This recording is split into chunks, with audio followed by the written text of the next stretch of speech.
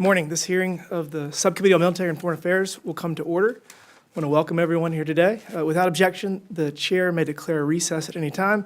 I recognize myself for the purpose of making an opening statement.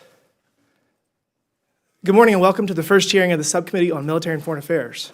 I look forward to working with Ranking Member Subramanian and all the members of the subcommittee throughout this Congress. Today we are here to get a better understanding of the challenges facing our national security and the urgent need to restore America's strength on the world stage.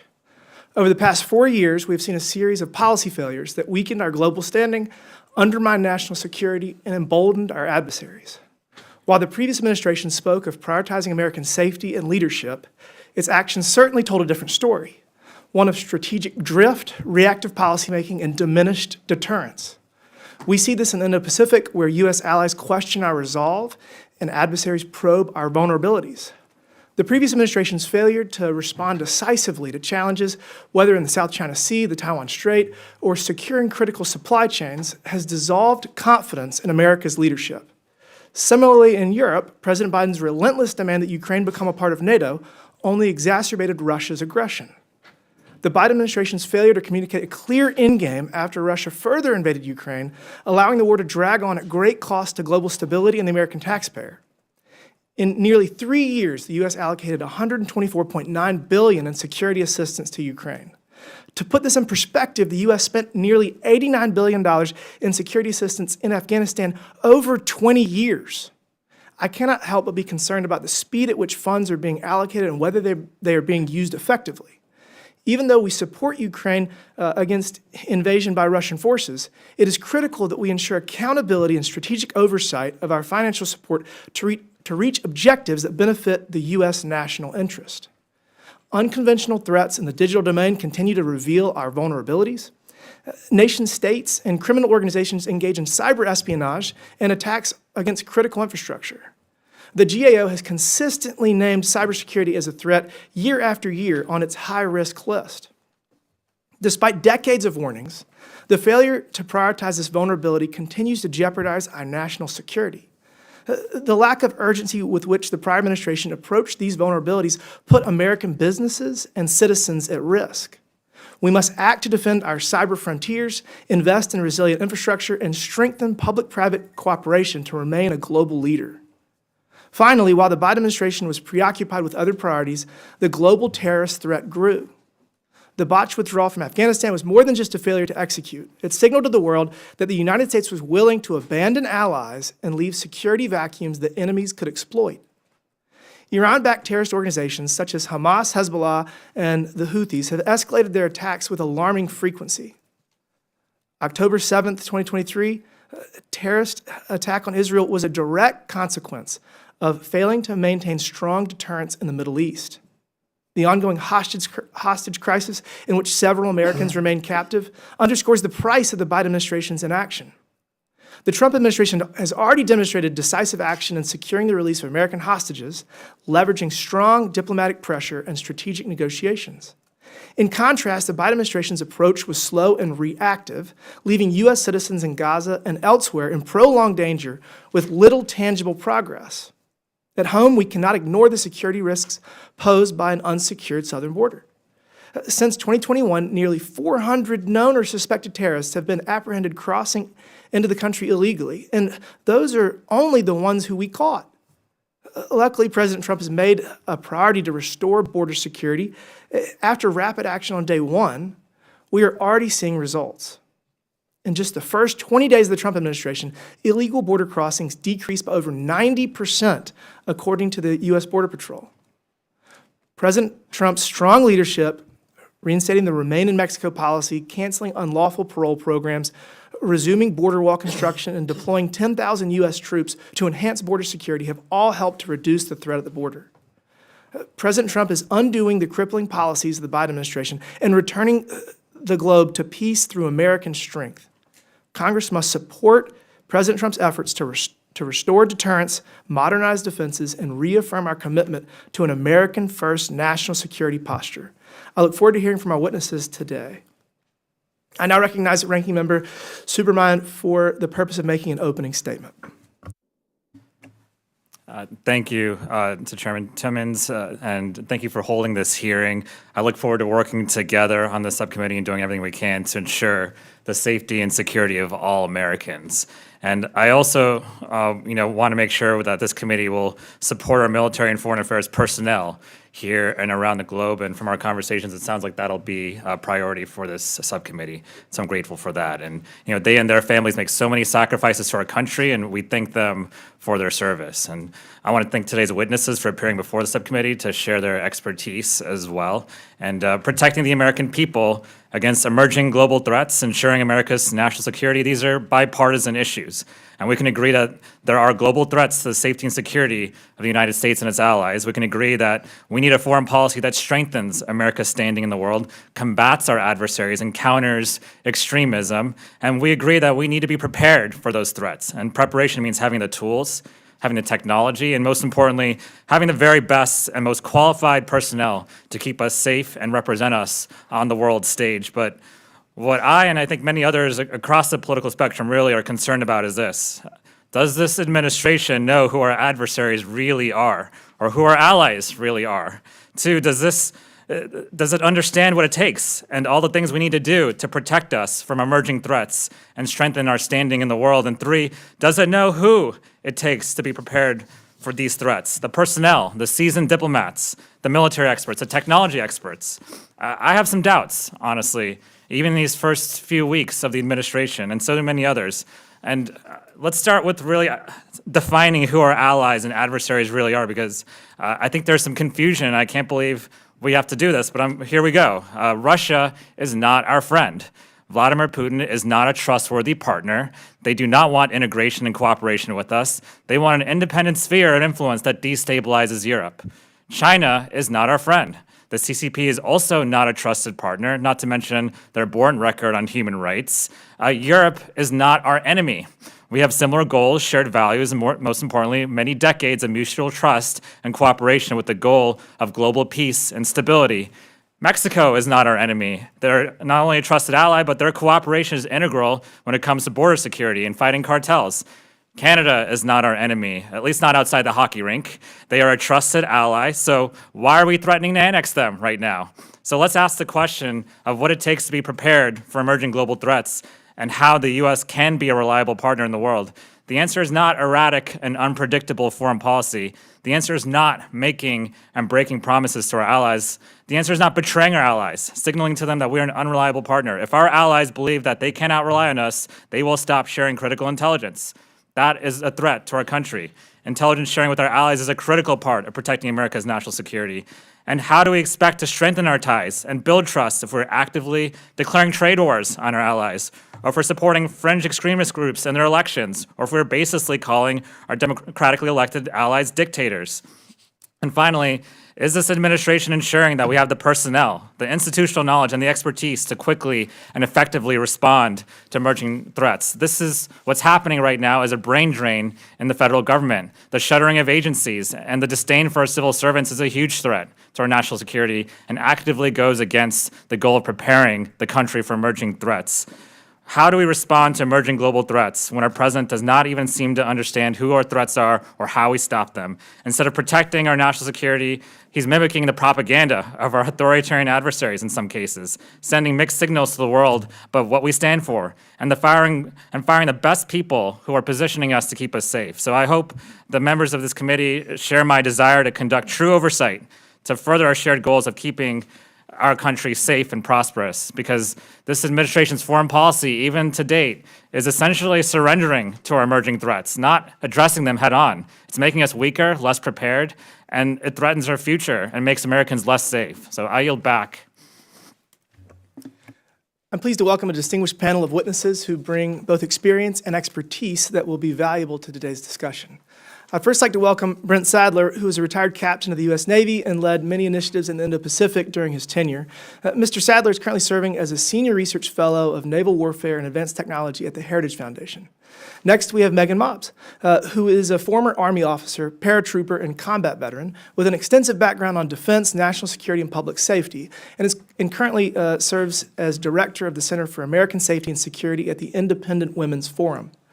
Next, we have Jacob Alladart, who is a preeminent scholar on issues related to the Middle East and is currently the director of the Center for American Security at America First Policy Institute. Lastly, we have Charles Kupchan, who is a senior fellow at the Council on Foreign Relations and professor of international affairs in the Walsh School of Foreign Service and Department of Government at Georgetown University. I thank each of the witnesses for being here today, and I look forward to your testimony. Pursuant to Committee Rule 9G, the witnesses will please stand and raise their right hand. Thank you. Do you solemnly swear or affirm that the testimony that you are about to give is the truth, the whole truth, and nothing but the truth, so help you God? Thank you. Let the record show that the witnesses answered in the affirmative. You may take your seat. We appreciate you being here today and look forward to your testimony. Let me remind the witnesses that we have read your written statement and it will appear in full in the hearing record. Please limit your oral statements to 5 minutes. As a reminder, please press the button on the microphone in front of you so that it is on and the members can hear you. When you begin to speak, the light in front of you will turn green. After 4 minutes, the light will turn yellow. When the red light comes on, your 5 minutes has expired, and we would ask for you to please wrap it up. I now recognize Mr. Sadler for his opening statement. Good morning, Chairman Timmons and Ranking Member Subramaniam. And thank you for the opportunity to share my insights with the distinguished members of this committee and the American public. It has been nearly 4 years since Admiral Philip Davidson, the then commander of the Indo-Pacific Command, warned that China was preparing for a war over the fate of Taiwan by 2027. In that time since, American statecraft has not risen to the times, as recent world events make clear. Russia has invaded Ukraine and waged the largest war of aggression in Europe since World War II. An avoidable war, but missed opportunities to posture military forces, confusing diplomatic messages like President's minor incursion remark in late January 22, together with a persistent reluctance to arm Ukraine with the weapons and with authorities to use them as needed, signaled a green light for invasion and a predictable years-long war of attrition. With Western allies providing munitions and weapons to Ukraine in a prolific and unsustainable rate, Iran, through its proxies, attacked. On October 7, 2023, Hamas launched a barbaric assault on erstwhile ally Israel, which grew to include proxies in Iraq, Syria, Hezbollah in Lebanon, and the Houthis in Yemen. The attacks in the Red Sea against our warships has further depleted American munitions critical in a war against China. 120 SM-2, 80 SM-6, 20 Standard Missile-3 and Advanced Sea Sparrows that will take many months to replenish. This followed the former administration's sanctions relief, releasing more than $16 billion to Iran in non-response to Iran proxy attacks, 83 of which against U.S. forces occurred between January of 2021 and March of 2023, only 4 of which of those occasions were responded to. This made clear to the mullahs in Tehran the time to attack was in. China has also been very active, testing a fractional orbital bombardment system that greatly complicates our strategic attack detection and defenses, quadrupled its ICBM forces from 100 to 400 missiles, while rapidly expanding its modern navy to over 370 warships, far in excess of our 295 warships this morning. This has fueled a confidence and increased aggressiveness by its military. Violent and dangerous confrontations like that at Second Thomas Shoal last summer that saw several Filipino sailors injured, one of which losing a thumb, are unfortunately becoming the norm. In each of these cases, it's important to note that our allies play a role. America first does not mean America alone. And a key lesson of the Ukraine war, many of our Asian allies have noted, is that an ally unable to defend itself or delay adequately an aggressor is a liability to our collective defense and very likely to suffer defeat. America must heed this lesson as well and tend to its defenses better to include securing our economy, while our allies work with us to bolster our common defense that has been neglected for too long. Case in point, Taiwan. Over $20 billion in arms sales critical to deterring a Chinese invasion has languished for far too long. This backlog must be cleared. The reason for this is diversion of munitions like Stingers and Javelins to the war in Ukraine, of course, but also a lackluster and inadequate defense industry here at home. This was made unavoidably evident as our domestic artillery and munition production, only 14,000 rounds a month at the beginning of that war, couldn't keep up with the rate of expenditure on the battlefield. Ukraine was needing to use and expend 20,000 rounds a day. Taiwan is stepping up too with increased defense spending. Over 2% of GDP they have spent since 2022, and the island's new president, elected last year, is moving forward to reach a 3% of GDP goal. Finally, if we cannot secure our own supply chains and sustain a wartime economy, we are vulnerable to coercion by a China that effectively controls the terms of trade via its network of ports and maritime dominance. To be a good ally, the U.S. must strengthen its defenses and harden its economy by restoring a vibrant, competitive maritime industry. The lessons of the last 4 years make clear: sustained peace is only possible with the strengthening of our defenses. Thank you. Thank you. I now recognize Dr. Mobbs for her opening statement. Chairman Timmons, Ranking Member Subramaniam, and members of the subcommittee, thank you for the opportunity to testify today on emerging global threats. For me, this means having a timely discussion on the future of U.S. foreign aid and the indispensable role of soft power in securing American interests. The world is rapidly changing, and authoritarian regimes are waging a relentless campaign to expand their influence, undermine Western institutions, and reshape the global order. They understand that power is not only measured in tanks, ships, and missiles, but also in influence and perception. If we are to prevail in this competition, the United States must effectively deploy both hard power and soft power. Hard power, our military capabilities, requires political will and material strength. But soft power, the power of our ideals, our culture, and our global partnerships, requires equal political will and a disciplined, strategic approach to the exportation of American values. Yet, the American people have lost faith in soft power or foreign aid by another name. And who can blame them? For decades, they were told their hard-earned tax dollars are being used to advance U.S. interests, build alliances, and project American leadership abroad.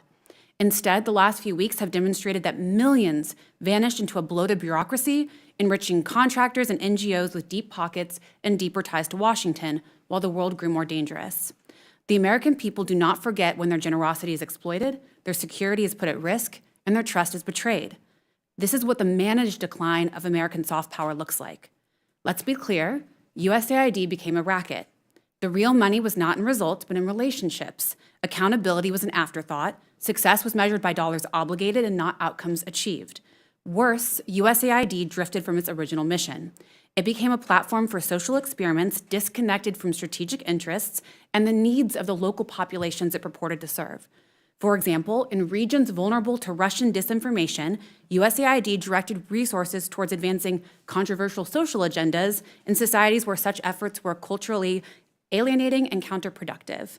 This not only undermined our credibility, but provided Russia with powerful propaganda tools against us.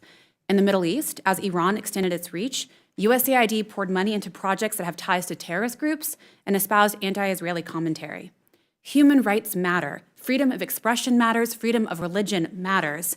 But what we got instead was arrogance, waste, and failure. And the American people saw that. They saw their money squandered while their own communities crumbled. Similarly, the United Nations now stands exposed as a relic of a bygone era. Far from effective at multilateral cooperation, the UN has become a stage upon which authoritarian regimes flaunt their power and democratic nations flounder in procedural paralysis. The time has come for the United States to fundamentally reassess its support and potentially defund the UN altogether. Defenders of the UN argue that its existence, however flawed, is better than nothing. This is a dangerous delusion. A system that legitimizes aggression and rewards hypocrisy breeds more conflict, not less. Diplomacy devoid of enforcement is an invitation to lawlessness, and we see the consequences of that today. War in Europe, genocide threats in the Middle East, and an increasingly aggressive China in the Pacific. The United States must lead in forging a new path. Clinging to a dysfunctional institution out of fear of the unknown is not leadership, it is surrender.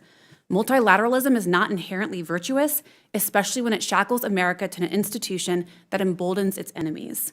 This is why the American people now view foreign aid as a dirty word, not because we are isolationists, not because they lack compassion, but because they know a scam when they see one. But here is the danger. Their anger, though justified, is leading us towards retreat, and retreat is exactly what China and Russia want. Soft power is not charity, it is a weapon, one that, when wielded correctly, can shape the battlefield before a single shot is fired. Beijing understands this, Moscow understands this, The question is, do we understand this? China's Belt and Road Initiative is not simply about building roads and ports. It is about entrenching influence, creating dependencies, and expanding Beijing's geopolitical reach. Russia's disinformation and destabilization campaigns are not just about spreading lies, they are about weakening Western alliances and exploiting societal fractures. Soft power, when properly executed, is a force multiplier. When we build critical infrastructure in a developing country, we deny China. When we support independent media in Eastern Europe, we blunt Russia. These outcomes are not nice-to-haves, they are core national security imperatives. We must rebuild the credibility of American soft power, not as a vanity project for Washington elites, but as a weapon in defense of our nation and the free world. But it must be reformed, refocused, and reinvigorated. Peace through strength requires both the resolve to defend freedom and the wisdom to inspire it. Thank you. Thank you. I now recognize Dr. Oladort for his opening statement. Mr. Chairman, Mr. Ranking Member, esteemed members of the committee, thank you for the opportunity to appear before you today. Last week we learned about an Israeli mother, Shiri Bibas, and her two boys, Ariel and Kfir, who today would be age 5 and 2. They were murdered in cold blood by Hamas monsters. An autopsy of the bodies of the boys, the youngest of whom at the time was just shy of 10 months old, revealed indications of torture with bare hands. In a further twist of the knife, when the caskets were returned, and the expectation, reasonable one, that under these circumstances, perhaps these unthinkable circumstances, a mother could be together with her children, well, Shiri's body was not there. This is the true face and expression of what Hamas and its adversaries around the world and acolytes around the world truly seek. It is a wake-up call to us about the true face of evil and our responsibility to never, ever allow it to succeed. The Middle East is the part of the world that I know best, and it is there that I will focus my remarks. Today, our close partners in the region, Israel and the Arab states, are eagerly looking to the United States to lead. I believe that what will happen in this region will shape world events for years to come, with implications for how we deal with the People's Republic of China and with Russia. President Trump and his team bring the exact right focus, innovation, and boldness to deal with this anti-American axis. Their approach worked in 2017, yielding historic achievements, and they will work today. It is thanks to President Trump and to his team that we are finally seeing American hostages returning home from around the world, including those who've suffered unthinkable conditions in Hamas's terror tunnels. The world in 2025 could not be more different from the one President Trump inherited in 2017. The Middle East has transformed overnight in unimaginable ways, due solely to the bravery and sacrifice of the men and women of the Israeli Defense Forces and the Israeli Air Force through the invaluable support of the United States, making Iran its weakest in decades. And yet, paradoxically, Iran is also its most aggressive, all as it inches closer towards acquiring a nuclear weapon. Those parts of the region that were once formerly part of its empire of terror, parts of Syria and Lebanon, thanks to the effectiveness of Israel's military pressure, today are entering new chapters of transition and uncertainty, presenting challenges for us. In the Middle East today, I believe there are 3 key priorities for the United States that require urgent attention. The first, how to deal with the Islamic Republic of Iran. The second, how to effectively eliminate the threats facing Israel. And the third, how to restart the Abraham Accords. Earlier this month, President Trump reintroduced an expanded version of his maximum pressure campaign, scaled to address the full gamut of threats that the Iranian regime poses to the American people, both abroad and at home. On that very same day, President Trump unveiled a bold new vision for the future of Gaza, one that explicitly promises and guarantees the prosperity and security of the Gazan people, just as it does to their neighbors to the north. This is a subject that nobody had wanted to talk about, much less for which anybody had previously offered a plan.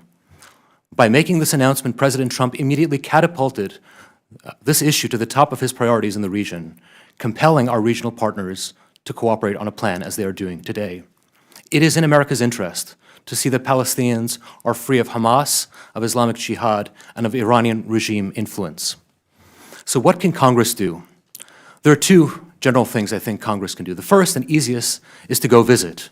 There is no better education you can give yourselves and your staff than to be on the ground, visit key sites, and hear directly from our friends on the front lines.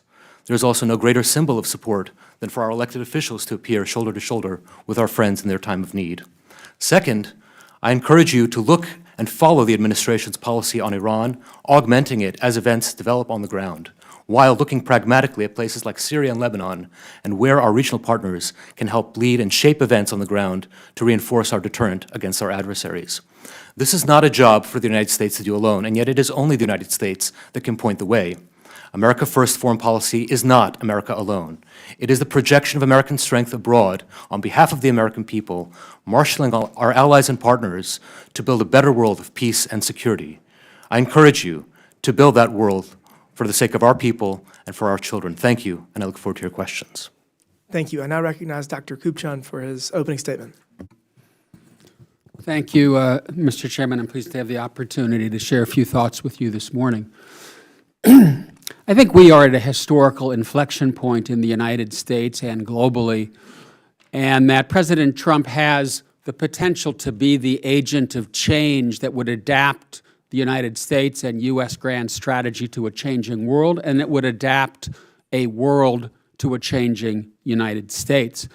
We've been through an era that we call Pax Americana that opened at the close of World War II, and it was based upon U.S. primacy. It was based upon a thriving political center in the United States, the rise of the middle class, fired by the industrial era, and this gave rise to a certain kind of American foreign policy and a certain kind of international order anchored by the United States.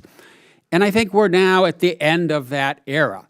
And the end of that era has been driven by the onset of the digital age and by the erosion of the American middle class, and with it, the hollowing out of the political center. And we're also in an era in which power is shifting in the international system from west to east and from north to south. As a consequence, we need to go from the old to the new. And Trump, if nothing else, is a disruptor who recognizes that it's time to go from the old to the new. The question that I have in my mind that I pose for the committee is President Trump going to be only a demolition man who brings down the old order and leaves us standing in the rubble, or is he actually going to be someone who brings us from the old to the new and builds an American grand strategy and international system that is better, that is more stable, and that works better for average Americans as well as for global peace? There are aspects of Trump's foreign policy that give me hope. He is more transactional, and he is therefore talking to Vladimir Putin and Xi Jinping. That, in my mind, is a good thing. We need to talk to bad guys and not just to our friends. Number two, he's pushing fair trade rather than free trade. We have lived through several decades of hyper-globalization that did not work to the benefit of many Americans. It's time to fix that. Number three, less democracy promotion, less time spending problems far afield, more time spent solving problems at home. Number four, immigration. I don't think there's any American in this country who doesn't understand we have a broken immigration system. And number five, a leaner, more effective, and more efficient American government. Who can object to that goal? That having been said, I see four risks, and they are very serious risks, of where America First could run off the rails. Number one, that this transactionalism turn into a unilateralism that leaves the United States isolated on the world stage, bereft of the alliances that it has built since World War II, and imposing tariffs on all of our partners in a way that not just disturb our geopolitical relationships, but fragment the global economy. This looks a lot to me like the 1930s and Smoot-Hawley if we do 25% on Mexico, 25% on Canada, and 60% on China. Number two, underreach. What's happening today with Ukraine is, on the one hand, a good idea. We need to talk to the Russians. But it has been handled very poorly. There's no strategy. Why is Trump insulting Zelensky? Why is he saying that Ukraine is to blame? Why did he just yesterday order his diplomats to vote no on a resolution at the UN that said this is Russian aggression? If this isn't Russian aggression, I don't know what aggression is. And so we need a government that understands who's right and who's wrong, and to stand up for a democracy that's struggling for its survival. Number three, yes, let's not waste a lot of time trying to turn Afghanistan and other countries into Ohio, but let's make sure we protect democracy here at home. And I've studied what happened in Hungary and in Turkey and other countries that became illiberal democracies after long runs of democracy. We are not far from that outcome. And I would ask this House, this institution, to make sure that it jealously protects its powers, and that we make sure that the rule of law and that the norms and practices of liberal democracy are preserved. Final point, I think the United States needs a better and more efficient government. What I see happening is the United States is breaking its government. President Trump is taking a wrecking ball to the U.S. government and the world that America Dr. made. Buchan, your time's expired, sir. And it's time to speak up. Thank you. I now recognize myself for 5 minutes of questions. Mr. Sadler, the U.S. is engaged in an era of great power competition, yet our actions haven't always reflected the urgency of this challenge. How would you assess the United States' current strategic posture in relation to China and Russia, and are we sufficiently prioritizing military readiness and deterrence? Yeah, the short answer is that we're shooting behind the duck, to use a Southerner's term here. We've admired this problem as a nation, bipartisan, multi-branch, executive, Congress, for far too long. In the early 2000s, China acknowledged, recognized as the smoke was still rising over September 11th attacks in 2001, that was their strategic window of opportunity, and they have not failed to deliver on that. They've rapidly grown across the board, their military, while we have shrunk. And we need to do better. It requires reorganizing the way that we are doing business in government. We do need to take a fresh perspective, like we did in 1947 with the National Security Act, and get ready and retool for this new Cold War that we're in. But the focus on just readiness is a failure. Focus just on capacity is a failure. And focus just on some new capabilities and modern weapon systems is also a failure. We're in an and world. We have to do all three of those things if we hope to keep the peace. All while realizing we have $36 trillion in debt. Sounds easy. A critical element to this problem is that the Biden State Department prioritized certain foreign military sales while ignoring others, despite all being authorized by Congress. It seems that the future, well, at least in retrospect with Ukraine, it would have been better to arm them prior to Russia invading. The term that I think is used most is the porcupine method. As of September 2024, the U.S. foreign military sales backlog to Taiwan included $20.5 billion in weapons that had yet to be delivered. What specific reforms are needed to ensure critical defense equipment reaches our allies in a timely manner? Yeah, this one is troubling because the place where we could see the biggest war is with China and the United States, and so it's imperative that we get these weapons to Taiwan. Beijing does count bullets, they count missile tubes, they do count all of these things in their military-to-military balance. It's the easiest, most cost-effective way to avoid what could be the most destructive war that we've seen since we became a nation. Of course, looking back at Ukraine, thanks to President Trump in his first term, he started moving in lethal assistance. It was a little too little, a little too late, unfortunately, as we know, in February of 2022. But we can't allow that mistake to be repeated in Taiwan. The odds are too high, so we need to get that moving. It is process as much as it's money, but it's also industrial capacity. And that means you have to sustain the demand with orders and with resources and budget. And it's really a question of prioritization. Thank you for that. Dr. Aladort, can you outline the key differences between the Trump and Biden administration's approach to securing the release of American hostages? Thank you for the question. In my view, President Trump inherited a bad negotiating hand with this process. It's part of why it's taken so long, not the only reason. But for one thing, we should never have been a neutral broker. We are a party to these negotiations. We have American hostages there. We should have never taken this passive approach. That's just on the framing of it. And there are also about a dozen nations that were represented among the hostages. In other words, there were a lot of opportunities to reframe and reshape how those negotiations would take place. But I think the more important issue is the withholding of assistance to Israel, the operational and tactical direction and management of Israeli military engagements in Gaza, which are far and beyond any modern military in terms of preserving human life. That all had a corrosive effect by basically by showing a big gap between the United States and our close partner. So I think those two hand in hand were problematic. Thank you. I want to thank each of the witnesses again for testifying. What I'm hearing consistently from each of you is that we need to support President Trump's work to leverage the power of the U.S. economy, improve diplomatic relations, and modernize our defenses. And I realize that some of my colleagues across the aisle are going to take issue with the manner in which the administration is attempting to end the war in Ukraine. But I will point out that they were able to get Mexico and Canada to the table in just hours to secure their side of the border before anybody could even throw stones at the proposal.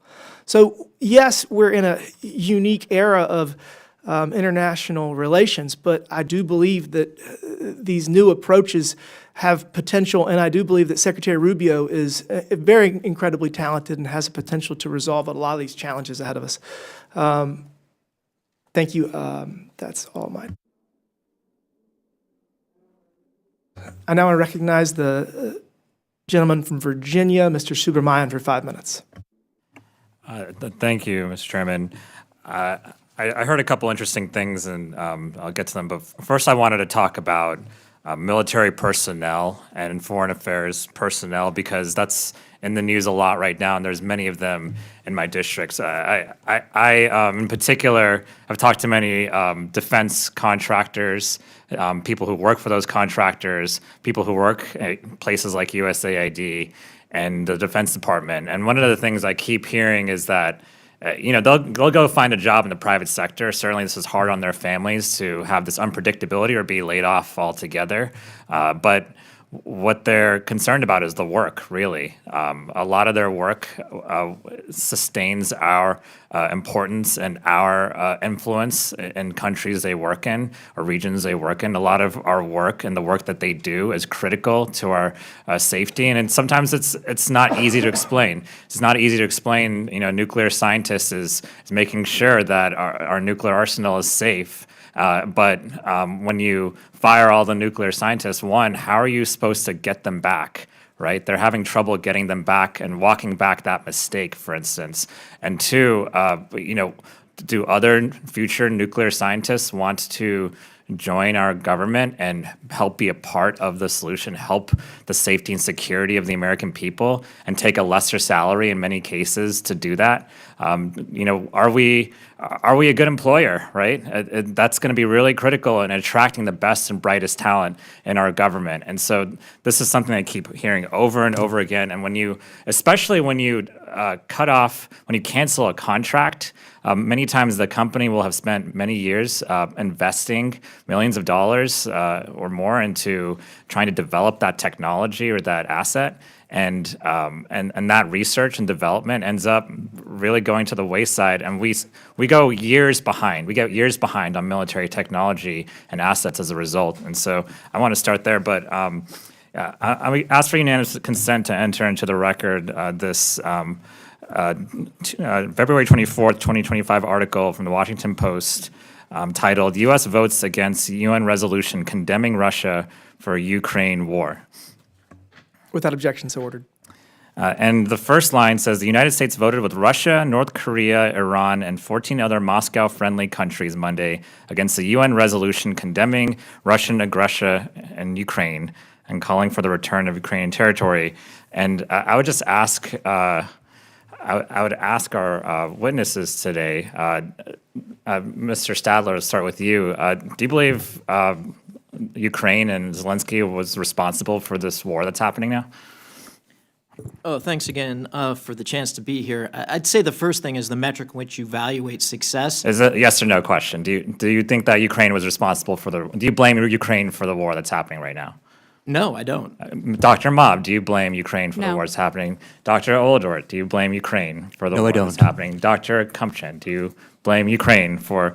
Okay, it's interesting. And then what about this UN resolution here? Do you feel like it was appropriate for the United States to vote against this resolution, Mr. Sadler?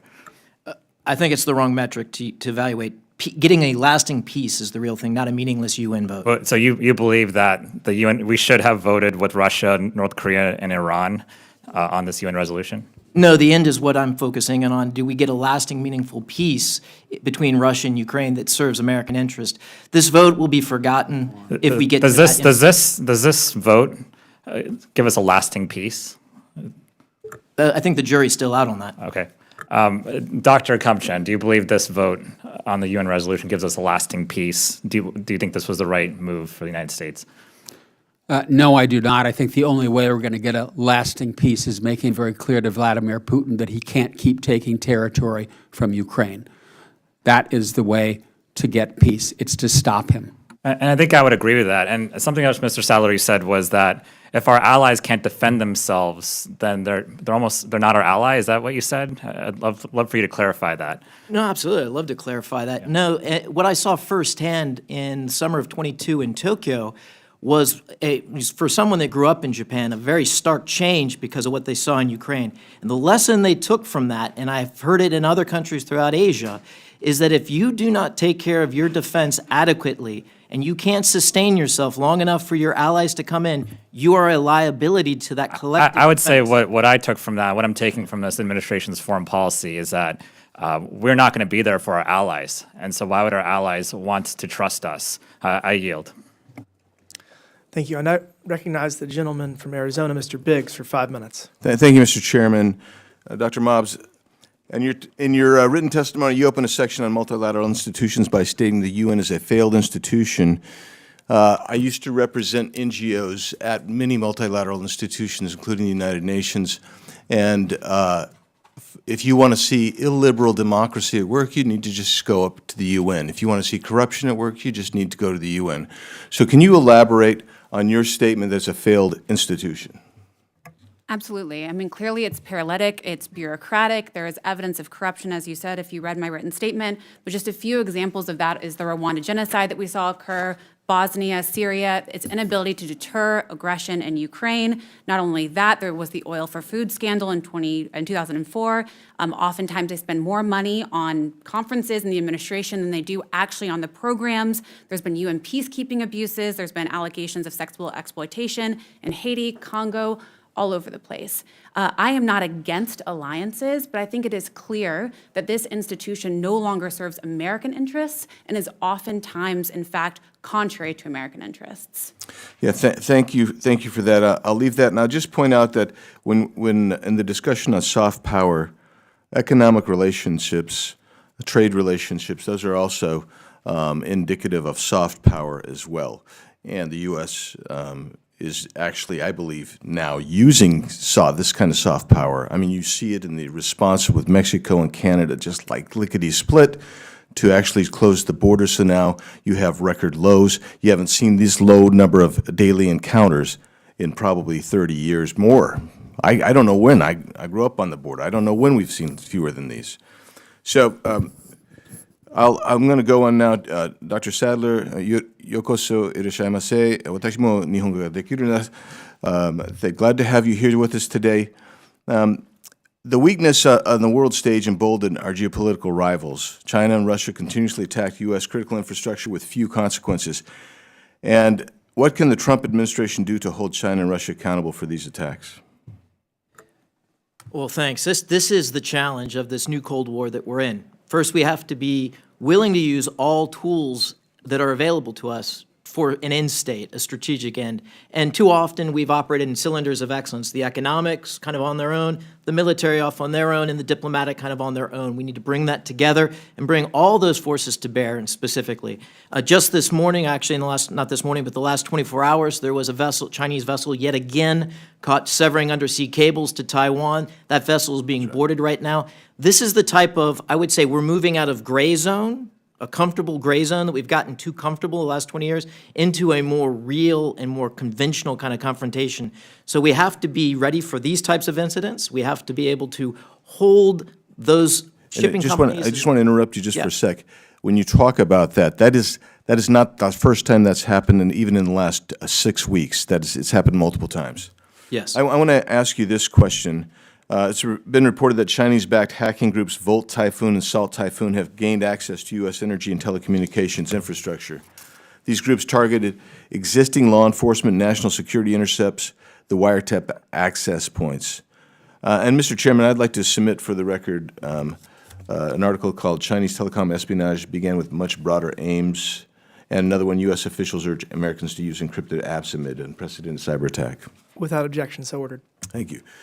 The same report suggests that these attacks were successful in accessing communications of 150 select high-value targets, including people affiliated with President-elect Donald Trump.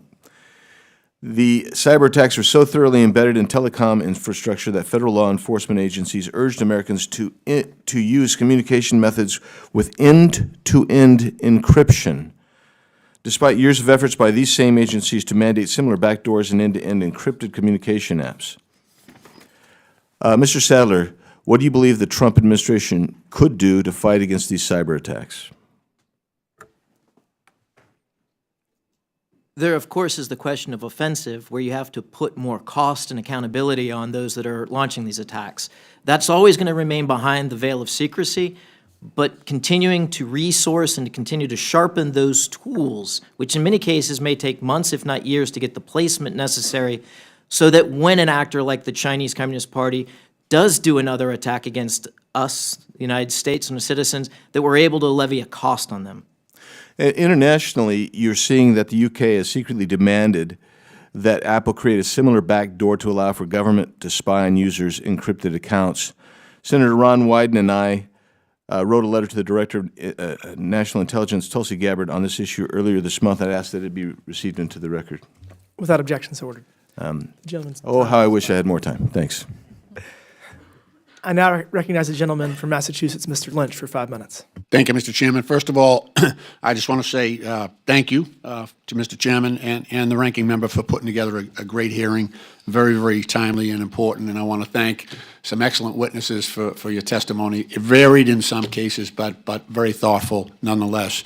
As the ranking member pointed out earlier in his questioning, in recent days, President Trump has falsely claimed that Ukraine started the war against Russia.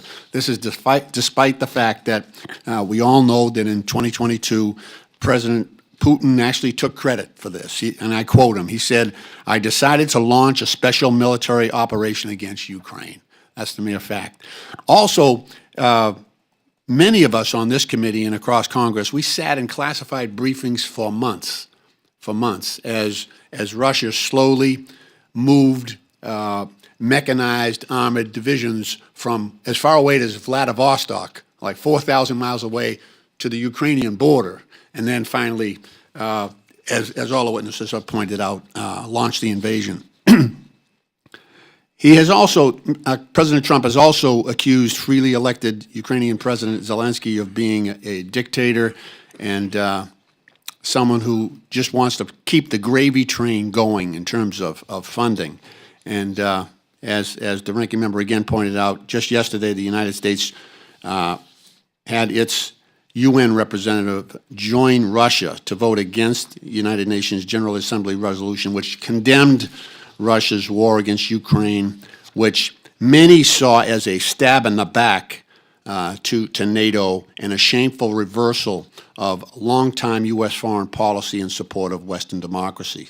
The president's dangerous lies in support of Putin, who is nothing better than a gangster, are shameful and make us look weak and strong. We have strayed from the enduring purpose of U.S. foreign assistance to defend human rights and basic freedoms abroad in the interest of U.S. national security.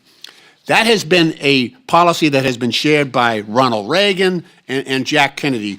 Ronald Reagan said, "Our national interests are inextricably tied to the security and development of our friends and allies."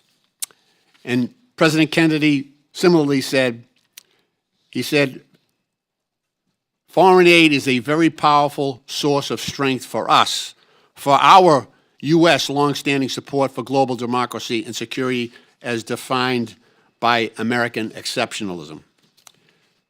Dr. Kupchan, what advantage does the U.S. get from its support? We've supported Ukraine to the tune of over $150 billion over the past 5 years, military support.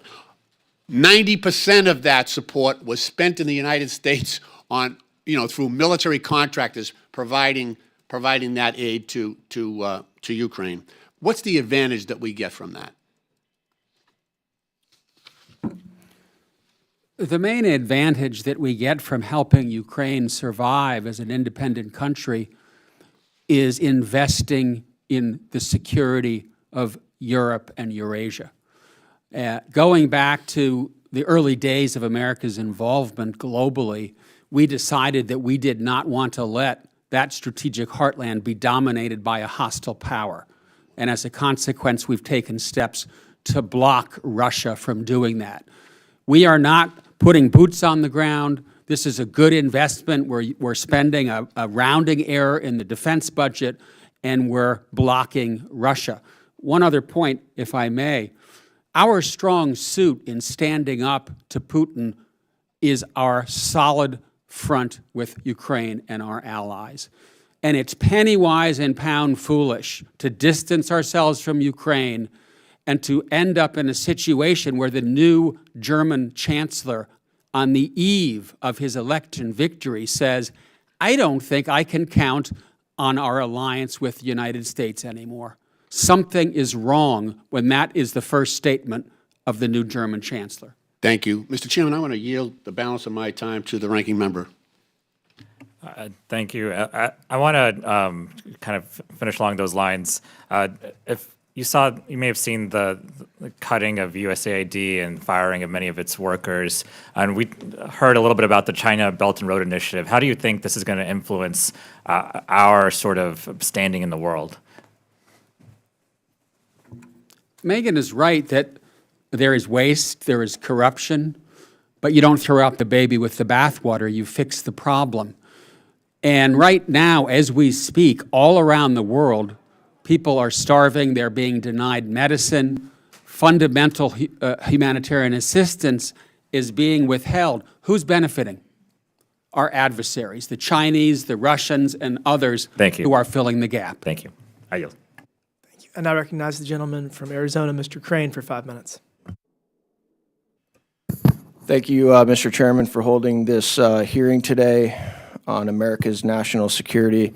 I want to start by asking the panel, I'm going to start with you, Mr. Sadler, if you're aware of how our founding fathers felt about imperialism and empires. Well, we fought a revolution to go against it. Right. I think that's still true to this day. What about you, Dr. Mobbs? I would argue that it's no kings, just patriots. Right, I want to ask you, I want to read some statements and see if you guys know who said this. The great rule of conduct for us in regard to foreign nations is in extending our commercial relations to have with them as little political connections as possible. Does anybody know who said that? George Washington. Yep, George Washington. How about this one? Peace, commerce, and honest friendship with all nations, entangling alliances with none. Thomas Jefferson. Thomas Jefferson. How about this one? The United States have no business in making conquests nor in aspiring to any kind of empire. The principal object of government is to secure the happiness of society, not to extend the boundaries of an empire. Anybody know who said that? Come on. Can I guess? Yep. John Quincy Adams. Yes, sir. Exactly. Why do you guys think that our founding fathers were so concerned with imperialism and empire building? Anybody know? Anybody? Well, I think the lesson of American citizens under the British Empire was a very personal one, where you had soldiers in your house. It's a lot of why we have our Bill of Rights. The other is, I think they were probably also students of history, that those type of entanglements would basically bankrupt us and get us away from our core principles of democracy Bingo. and free society. Bingo. Does it concern you guys that we're $36 trillion in debt, annual deficit of $2 trillion? As we sit here and we talk about the United States' global involvement.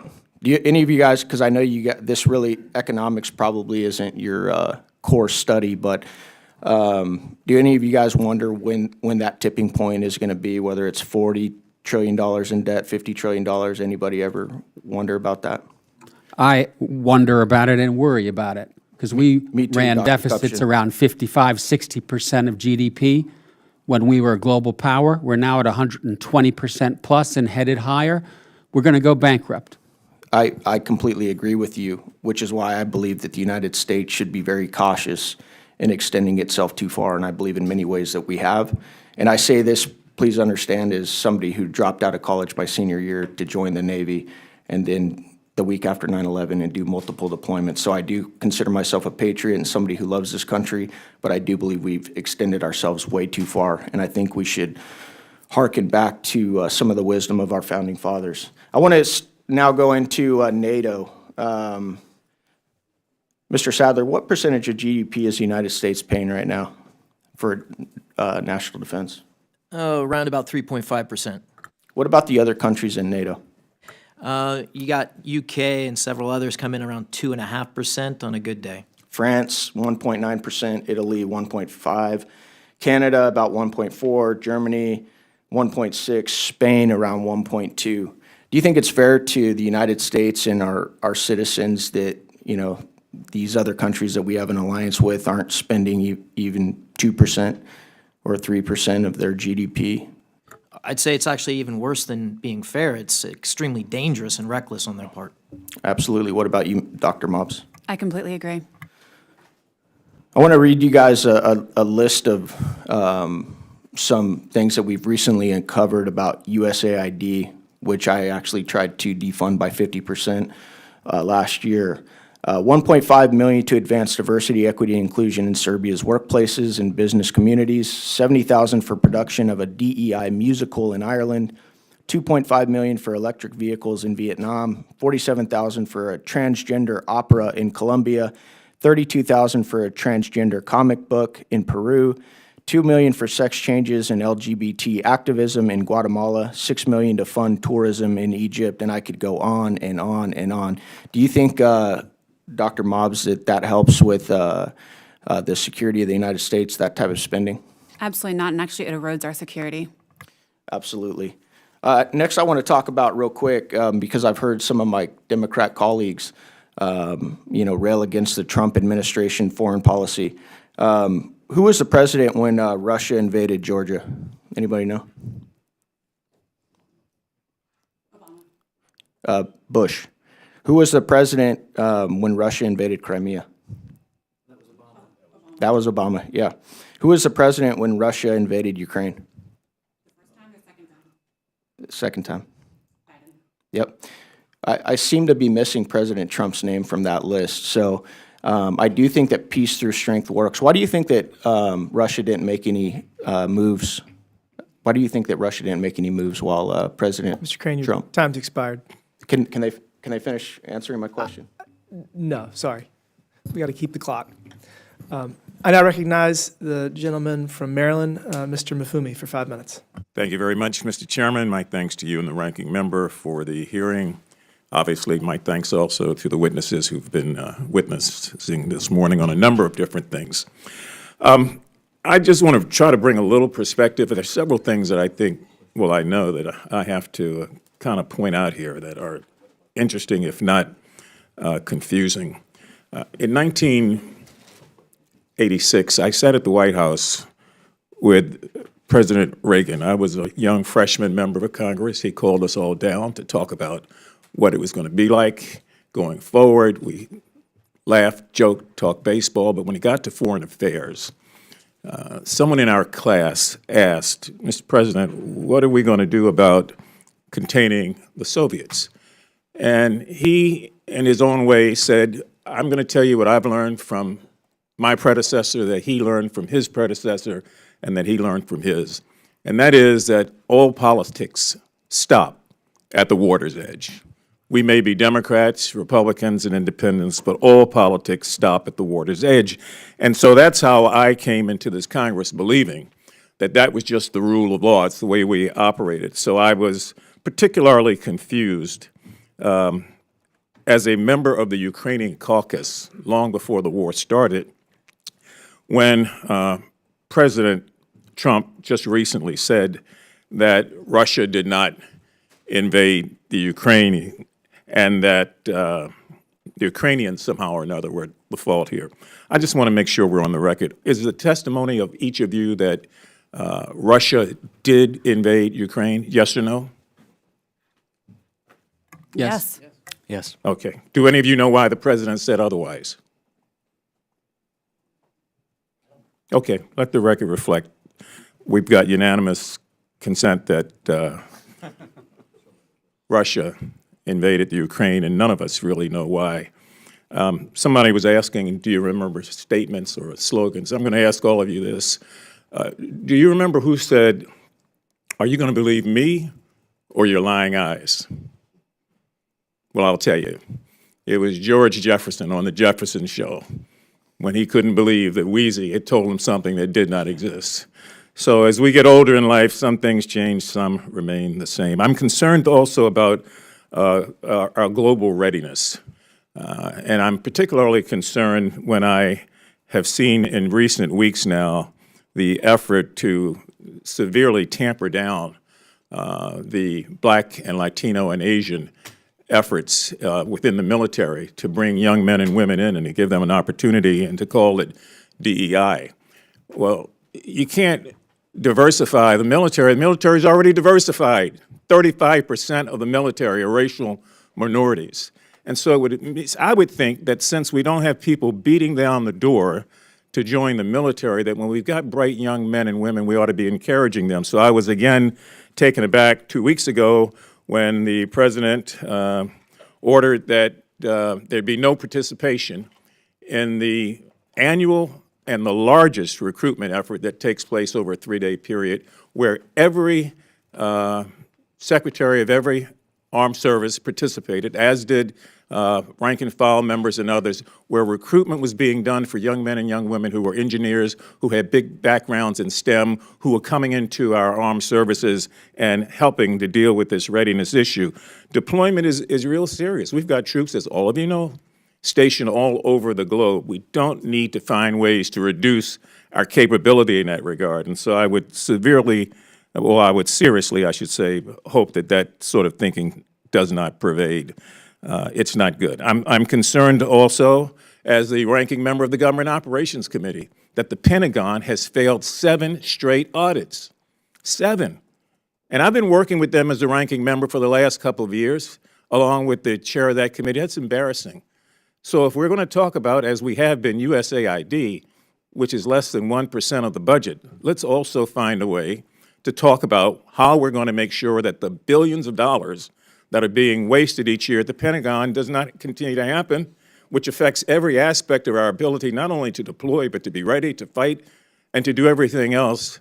And I don't see any urgency there. So I want to make sure I am on the record saying we have got to find a way, again, to point out the fact that the Pentagon has failed 7 straight audits. There's a lot of waste, fraud, and abuse there. And I yield the balance of my time to the ranking member. I yield back to the chair. Thank you. Thank you. And I had no more recognize the gentleman from Virginia, Mr. McGuire, for 5 minutes. Thank you, Mr. Chairman. We live in a great country, but it seems like in government and in politics, we forget about we the people. I'm a very staunch supporter of limited federal government, but if we do anything, we should keep our people safe. And I got to tell you, I think our biggest threat is our national debt. If it was $1 trillion, we should be sounding alarms everywhere. And over the discussion today so far, I've heard people saying we need more money for Taiwan, we need more money for the Middle East. Well, if we go to war, we better win that war quick, or we won't have the money for the spare parts. And so, number one, we have got to get our spending under control. And I have a heart, But there is so much waste, fraud, and abuse. We've only been in this new administration 5 or 6 weeks, and I think we've just seen the tip of the iceberg. We have competitors, China, Iran, North Korea, Russia, and we have, of course, the proxies. And they are, I think China's philosophy is everything can be used as a weapon, and it should be used as a weapon. Dr. Dobbs, you talked about hard and soft power, and I'd like to ask you the first question is, how would you how would you describe the Biden administration's foreign policy? Did that help or hurt our hard and soft power over the last 4 years? So I would argue that they relied overly on soft power, but I would actually argue that it was a perversion of soft power. It was a focus on these progressive projects that actually didn't necessarily promote the necessary influence where we needed to. And as a result, you had ineffective foreign policy because there was an over-reliance on soft power. Smart power is a successful integration of both, hard power and soft power to get an effective outcome. So you believe that these policies weakened the American people? I do believe that, yes. Thank you. Mr. Sadler, how should China's gray zone tactics in the Indo-Pacific and other strategic regions concern the U.S. leadership? Now, you talked about convention where they were cutting cables. Yeah, so this is a topic I've spent a lot of time on, and I'll try and do it justice by saying very succinctly in one geographic area that really is a decisive theater that will get and keep China's attention where we can have an advantage. That's South China Sea in Southeast Asia. So we have to wage a maritime counterinsurgency against what they've been doing for the last several decades that is bullying and coercing our partners and our allies in the region. Top of the list that we have to do better by is the Philippines, where I was just a few weeks ago. I think it's become very clear, it should always be clear, that American leadership matters at home and abroad. And by the grace of God, we got President Trump back in the White House. And I don't think we can remind everyone enough that he got a mandate from the American people. He got the popular vote, and he got the Electoral College. I'd like to ask everybody real quick, why do you think Russia did not invade Ukraine when he was in his first administration? And hold on, I will say this on the campaign trail, when people ask me about Ukraine, what I said all the time is all the world leaders, there's one world leader that said, I just want people to stop dying, and that was President Trump. And I think I'll start with Dr. Kupchin. Why Vladimir Putin chose to double down on his invasion of Ukraine when he did is difficult to say. Even Russians themselves can't say why February 2022 he pushed the button. But you notice he didn't do that when Trump was in power. No, but he hasn't stopped when Trump is in power. Trump's trying to negotiate a peace deal, and Putin is bombing the hell out of Ukraine. I think we're making progress. Dr. Oler. Sure. In my view, there are three reasons. The first is President Trump ordered the killing of several hundred Russian green men in the Syrian desert. The second, he made it clear to Putin that he'd be disinvited from the G20 meeting if he'd done that, and he gave Ukraine the javelins it needed. And he didn't say also that they could invade. So, Dr. Ma. I mean, I would argue you saw exactly what I said earlier, which was smart power, the integration of hard power and soft power under the first Trump administration. And then I would just further and say the reason why it happened under Biden's watch is I do think Afghanistan withdrawal was the first domino that then projected to the world our inherent weakness. Yeah, Trump doesn't have a say-do deficit or difference. The other thing is that he also understood when Putin was doing kind of a test, and so an intelligence pool, so to speak, and he responded aggressively when he needed to, and appropriately. The incident in Syria is one, but it's not the only one. Also, Smart power, peace through strength. Dr. Mobbs, how would you define Trump's foreign policy agenda? And we've only been here 6 weeks or so. And if you have any advice for the Trump administration or Congress? So I would define it as unprecedented. I think it's important, as other witnesses said, that he is speaking to Vladimir Putin. That was a critical misstep by the Biden administration. And I would say that we have to establish what we saw in the first administration, which is that smart power, peace through strength, in order to have an effective outcome. Thank you. Thank you. I yield back. I now recognize the gentleman from Texas, Mr. Cloud, for 5 minutes. Hey, thank you, Mr. Chairman. Appreciate y'all being here. There couldn't be a more important topic than the security of our nation and what the security of our nation really means to the world. You know, over the last, certainly our lifetimes here, over the last couple generations, we've been able to enjoy a world where the United States is the premier influence in the world. And what that's meant for the world has been scientific breakthroughs. It's meant human flourishing going through the roof. It's meant a lot of wonderful things for the world. By and large, and you compare what the America First agenda is, which President Trump is bringing to the scene, compared to the previous administration under President Biden. Under Biden, he ironically said in a speech during while he was in the Ukraine in 2008, he said, "We are trying to create a multipolar world." In other words, the policy of the Biden administration, the Obama administration at the time when he said that, but once he became president, the Biden administration, was to create a world where the United States was not the supreme influence in the world. I was interested, Dr. Mobbs, you spoke of you said the perversion of soft power, and that how I would just ask you this: who was making those decisions? We could talk about the DEI programs, we could talk about all the crazy spending, the transgender operas and other seas and all these different kind of things. Because when I talk to ambassadors overseas, they would say, we want to align ourselves with the United States because we appreciate the freedom that you all have stood for, we appreciate what you meant for the world, but we talk to China and they talk roads and bridges, we talk to you all, and it's social engineering against values that our country disagrees with. Could you speak to that? I think some of it is bureaucracy unchecked, and if you don't mind, I'll tell you a quick story. So I've been to Ukraine many times, 22 times since the full-scale invasion. I've spent a lot of time there, and this is a perfect example of where USAID has failed. One of the things they were asking for, and by they I mean Ukrainians, was tourniquets, and not for the military, for civilians. Civilians were dying, and they needed tourniquets.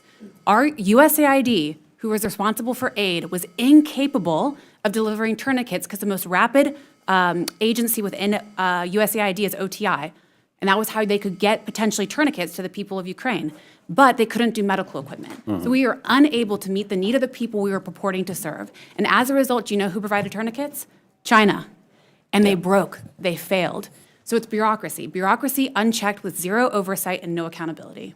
I think it was you, Mr. Sadler, who mentioned Afghanistan, or I forget who said that. One of you. It was you again, being the tipping point, the beginning of kind of the domino effect that led to Ukraine. It was interesting it was actually tragic during the Afghanistan withdrawal. We had a number of people on airplanes ready to go. We had the manifest, we had their IDs, people who should have been evacuated, and we were calling the State Department. Literally, I have this on my phone. I'm calling the State Department.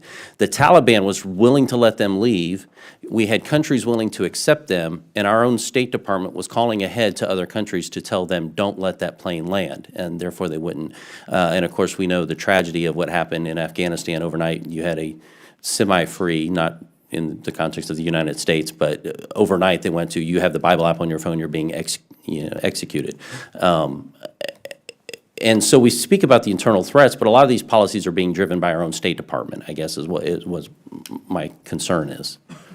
I think that's absolutely right. I think that the Afghanistan situation is actually quite more complicated than that, because I think what you saw was an overt politicization of things that shouldn't be politicized. The intelligence community, the Pentagon, the entire national security apparatus, and as a result, you saw everything fail. I think that you saw, unfortunately, hard power fail in some ways, but truly soft power, and that is what projected to the world that we were unprepared and unwilling to do what was necessary. And as a result, I do think that that was a green light for many of the worst actors in the world to do whatever because they felt they could do it unchecked.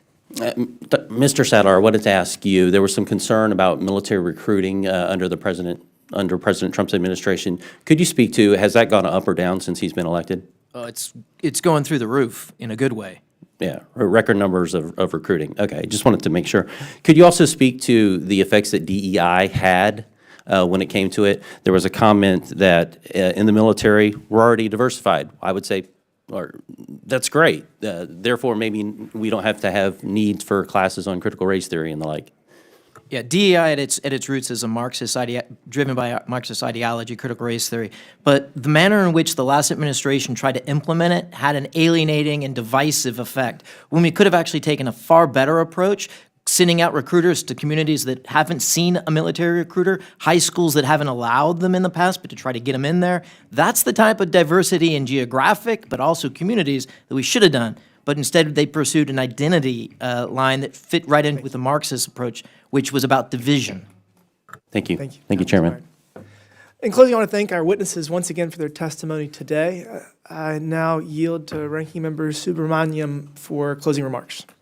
Thank you, Mr. Chair. I appreciate the witnesses coming today, and I appreciate everyone on the committee and the chairman.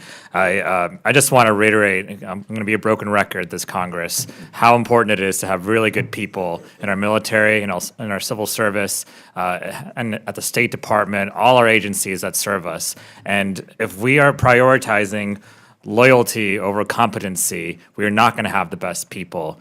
If we are firing people who do really cutting-edge, important research and technological innovation in our military and in our civil service, we are not going to have the best people. We're going to be less safe. We're going to have more emerging threats. We didn't talk a lot about Iran, but I want to make sure, I think there's bipartisan consensus that Iran is a real threat and has destabilized the Middle East through its actions funding groups like Hamas and Hezbollah.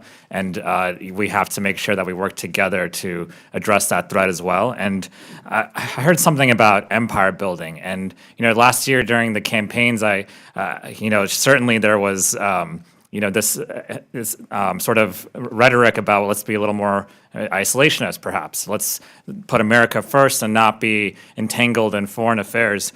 But then I was confused that the president's first press conference, he's talking about taking over Greenland and taking over Panama and annexing Canada. And even, more recently, turning Gaza into the French Riviera. And that doesn't sound isolationist to me. That doesn't sound like, minding your own business. And that doesn't sound like avoiding wars. That sounds like perpetuating wars, especially when the president actually went out of his way to say he wouldn't rule out ground troops into those areas and those regions. I think there's a lot of contradictions with this administration's foreign policy, and I think that it's confusing our allies. It's confusing me in Congress, confusing a lot of us, and it's not helpful. Words matter, and the words coming out of this administration are not helpful when it comes to addressing our emerging threats. We need to have more consensus around making sure that we are with our allies, that we know who our adversaries are, and that we work together to resolve these issues instead of confusing and instead of the chaos. Thank you. I yield, Mr. Chair. Thank you for that. I now recognize myself for closing remarks. I want to thank you all for being here today. It's very helpful. You presented a lot of good ideas and things for us to think about and work on for this Congress. I'm going to highlight just some thoughts on Ukraine and then spending in general. So I just got back from the Munich Security Conference. There were hundreds, if not thousands, of diplomats from all over the world, and Ukraine was obviously top of mind. And I think it's important, and I kept going back to the history of how we got here, because I think you really have to start there. And in 1991, few people know this, the third largest nuclear power in the world was Ukraine. They had 2,300 nuclear weapons. And Bill Clinton and the Russians agreed in a trilateral agreement to give up all of Ukraine's nukes, give them all back to Russia in exchange for Russia agreeing to recognize the sovereignty of their borders. And the U.S., this is fun, agreed to defend Ukraine. And that was in 1994. So fast forward, 2014, President Obama did nothing, or not enough, when Russia invaded Crimea. And then fast forward to 2022, and President Biden, after his horrific withdrawal from Afghanistan, again, did nothing. So as we talk about the word confusing was used, approach that this administration is taking to Ukraine in an attempt to end this war, I think that President Trump deserves the benefit of the doubt, deserves some leeway to engage in this process to try to end this war. And you know, the most frustrating thing for me was that one of the confusing things coming out of this is Zelensky's flip-flop on mineral rights. Because when the vice president and the secretary of defense were there for the first day or two in Munich, there was widespread agreement about a plan on mineral rights. And then they left, and within 24 hours, Zelensky's now criticizing the U.S., criticizing Trump, criticizing Secretary Rubio. It actually didn't make any sense to me. And I think that President Trump's language is because of that. And I think that Zelensky needs to appreciate that we are running out of grace as it relates to this conflict, and President Trump has the ability to, and Secretary Rubio has the willingness to end this conflict. And, you know, we're going to have some whiplash over the next couple of weeks as they do that. But let me tell you a little spoiler alert. It's going to end, because that's what President Trump said was going to happen. And I believe that Zelensky needs to appreciate that he is not going to become a member of NATO. That's just not going to happen. It's a red line for Putin, and I don't know why we keep talking about it. It doesn't mean that President Trump is not going to create a scenario in which the United States defends Ukraine in the future. That's the purpose of the mineral rights deal. So we got to give a little leeway to President Trump and to his team. They have earned it. As to the UN resolution, there were competing resolutions.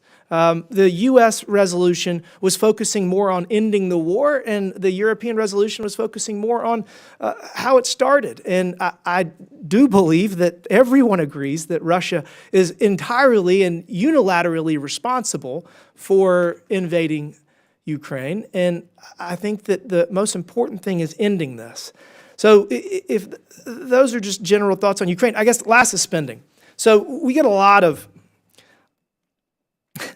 there's a lot of consternation about President Trump's desire to cut waste, fraud, and abuse and to get our fiscal situation under control. I also serve on the DOGE subcommittee, and while he has tasked Elon Musk with addressing this massive, huge challenge, it is President Trump's direction that Elon Musk is taking. So, you know, Elon Musk is only doing whatever President Trump tells him to do, and President Trump is the one that is responsible. That is our democratic system of government, and that is what 77 million people voted for. And, you know, while he has started in certain government agencies because they were the easiest, I want to point out that Pentagon spending is on the chopping block. I mean, I couldn't be more pro-military, and I'm one of the 4 members of Congress that still serves in the military. I'm still a captain of the South Carolina National Guard. But Secretary Hegseth has said, and this is kind of shocking, this is actually really shocking, that his goal is to cut 8% of the Pentagon's budget each year. Each year. I haven't talked to Mike Rogers about this, but he's probably having fits. I just want to point something out. That takes us in year 5 down from $890 billion in annual defense spending to, again, 8% each year. That's compounding.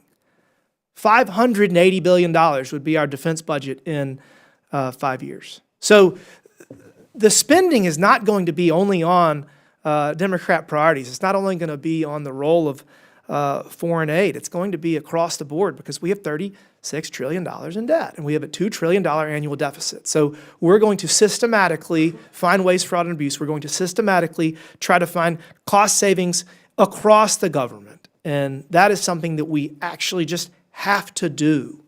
We're playing musical chairs and we're running out of time. And we got to save our social safety net programs. And in order to do that, we have to fix them. And we have to continue our leadership role in the world. But in order to that, we have to reassess every dollar we spend and make sure that it is done wisely. So I look forward to this Congress and to engaging in oversight over the military and foreign affairs and our national security. And with that, I will yield back. And without objection, all members have 5 legislative days within which to submit materials and additional written questions for the witnesses, which will be forwarded to the witnesses. If there's no further business without objection, the subcommittee stands adjourned. Thank you all.